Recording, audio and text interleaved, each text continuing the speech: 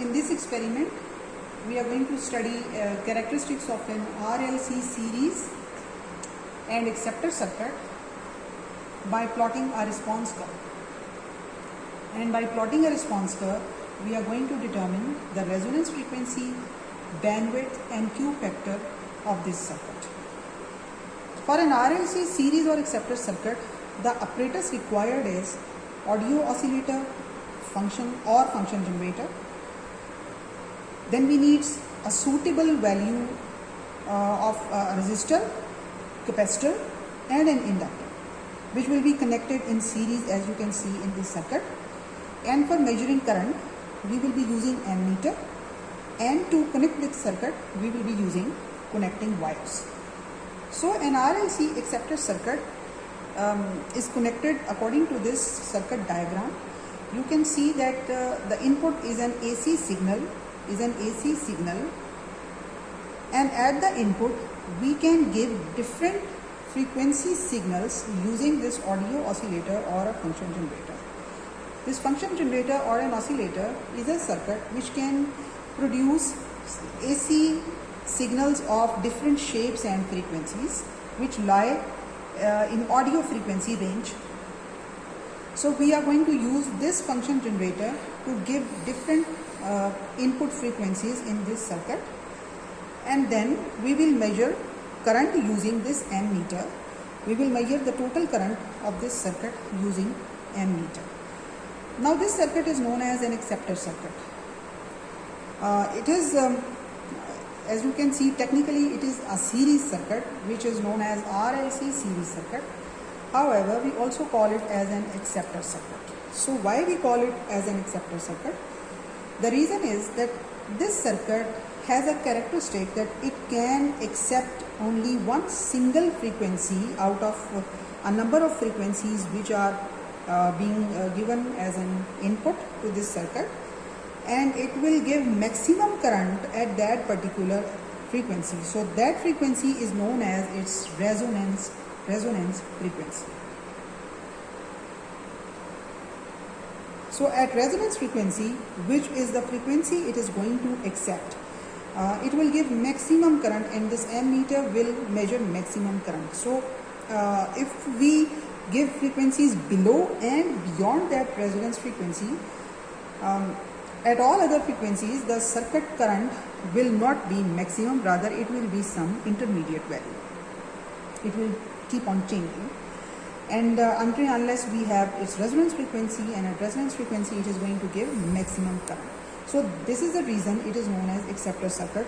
So this circuit is used in such kind of communication based applications. For example, radio tuning circuit. It is a radio tuning circuit. This is a circuit of a radio in which different frequencies are tuned just by controlling the capacitance of a capacitor, which is a variable capacitor given in that radio circuit. So the other name of this circuit is also radio tuning circuit. So it is a tuning circuit by which we can tune different frequencies by making it its resonance frequency. So this is a short introduction of this circuit.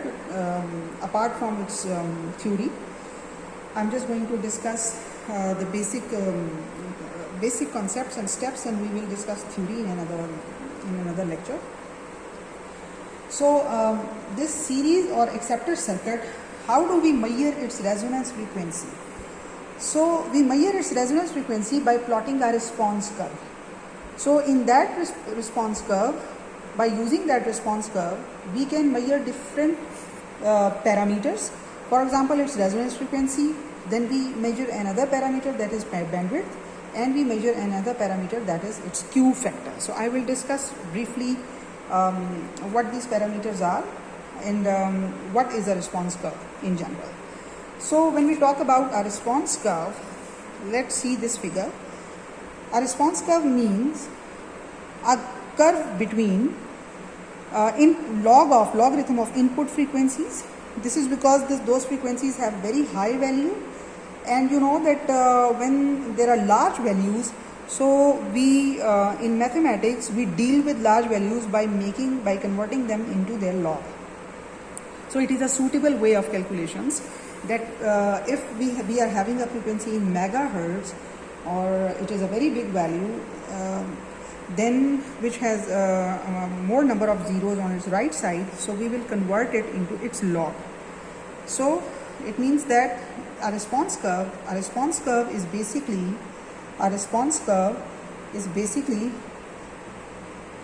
a graph between log of input frequencies and the current of the circuit, which can be in ampere or milliamperes or whatever in standard units.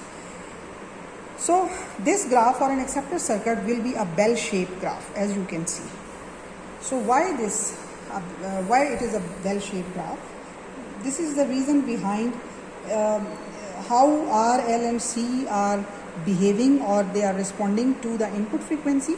And as you can see that the current start increasing as we keep on increasing the frequencies. The current initially start increasing and then it becomes maximum, and this is the point where we have its resonance frequency. Here we achieve its resonance frequency, and here maximum current is achieved.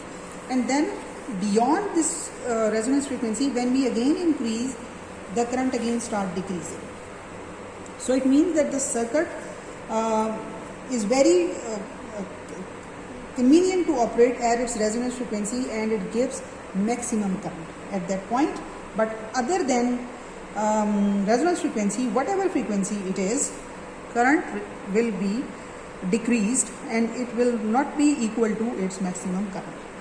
So as you can see that whenever there is a varying response of a current, you can see that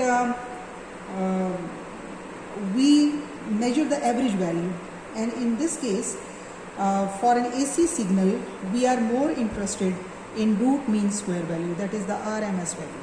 So as you can see that RMS value is the average value of a time transit current or a time varying current which is varying in the circuit, and in particular it is an AC current. So then our IRMS value is the 70% of the peak value. So why it is worthy to mention here? It is worthy because when we have a changing current, then whatever circuit is operating on that changing current, it will start working on its 70% value. So it means that when current will rise to its 70% value, circuit will start working.